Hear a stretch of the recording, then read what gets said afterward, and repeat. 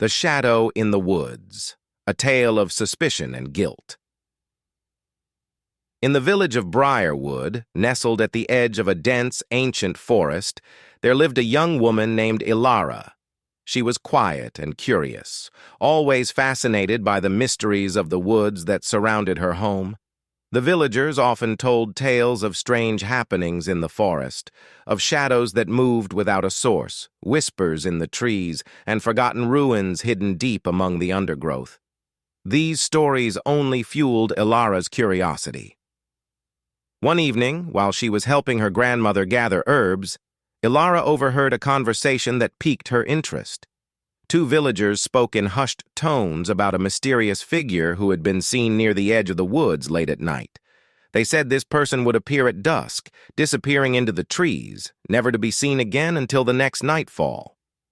"I think it's someone hiding something," one of the men said, his voice low with suspicion. "Nothing good comes from sneaking into the woods after dark." Ilara's curiosity burned brighter than ever. Who was this person? Why were they sneaking into the woods? And what secrets did the forest hold that could make someone so elusive? She had to find out. The next evening, just before dusk, Ilara crept toward the edge of the woods, hiding behind a large oak tree. She waited, her heart pounding with anticipation. As the last light of the day faded and the moon began to rise, she saw a shadowy figure moving among the trees. The figure was cloaked, their face hidden beneath a hood, and they carried a small satchel. Ilara's mind raced. Who could it be? Why would they be out here? Was this person up to something dangerous, as the villagers feared? Driven by both suspicion and curiosity, Ilara decided to follow the figure into the forest. She stayed low and quiet, moving from tree to tree, her eyes fixed on the shadow ahead. Deeper into the woods they went, until they reached a secluded clearing Ilara had never seen before. In the middle of the clearing stood a small, crumbling stone altar, overgrown with vines. The figure knelt by the altar and opened their satchel, revealing herbs and small trinkets. Ilara watched as they carefully placed the items on the altar, whispering softly. At first, she couldn't make out the words, but then she heard something familiar. The figure was praying.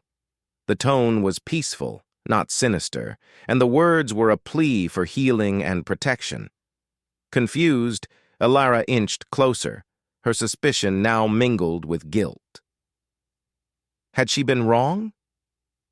Perhaps this person wasn't doing anything harmful after all, but before she could retreat, she stepped on a dry branch, the crack echoing loudly in the quiet night. The figure stood up sharply, turning toward the sound. In the moonlight, their hood fell back, revealing the face of Aiden, the village healer. Ilara gasped. She had known Aiden all her life, and he was respected by everyone for his wisdom and gentle nature. But why was he here, alone in the woods, performing a strange ritual? "Who's there?"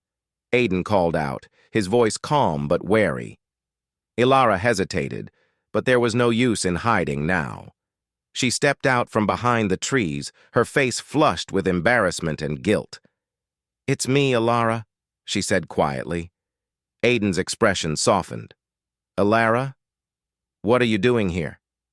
I saw you enter the woods," she admitted, her voice faltering. "I thought you might be up to something dangerous. The villagers have been talking about strange figures near the forest, and I had to know what was going on." Aiden looked at her for a long moment, then sighed. "So you let your curiosity lead you into the forest, following a stranger into the night, believing the worst of them." Ilara's heart sank. Now, faced with the truth, her suspicion felt foolish, even cruel. "I'm sorry," she said. "I didn't mean to accuse you. I just didn't understand." Aiden nodded slowly, his gaze shifting to the altar. "This place is a sanctuary," he explained. "It's where I come to perform old rituals that my ancestors passed down to me. Rituals for healing and protection, nothing more.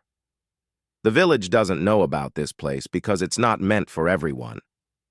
It's a personal tradition, something sacred to my family. I come here to ask for guidance, especially when the villagers are sick or troubled." Ilara's face burned with guilt. She had let her suspicion cloud her judgment, assuming that Aiden was involved in something sinister without knowing the full story. She had followed him, intruded on something private and sacred, all because she had let fear and curiosity take control.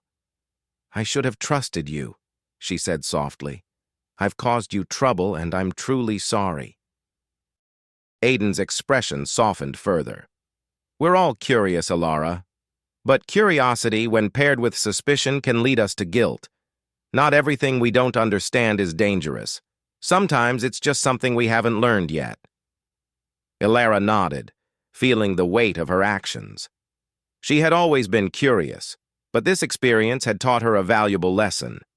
Sometimes, suspicion born of curiosity could lead to guilt, especially when it made her assume the worst about someone she knew.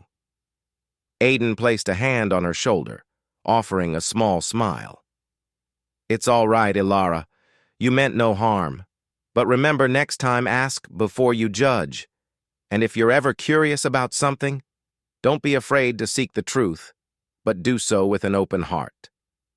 With that, Aiden gathered his things and made his way back toward the village, leaving Ilara standing by the ancient altar, reflecting on what she had learned. From that night on, Ilara vowed to temper her curiosity with understanding and to trust those around her, knowing that suspicion, unchecked, could lead to guilt, and that some mysteries were not meant to be feared, but understood with compassion.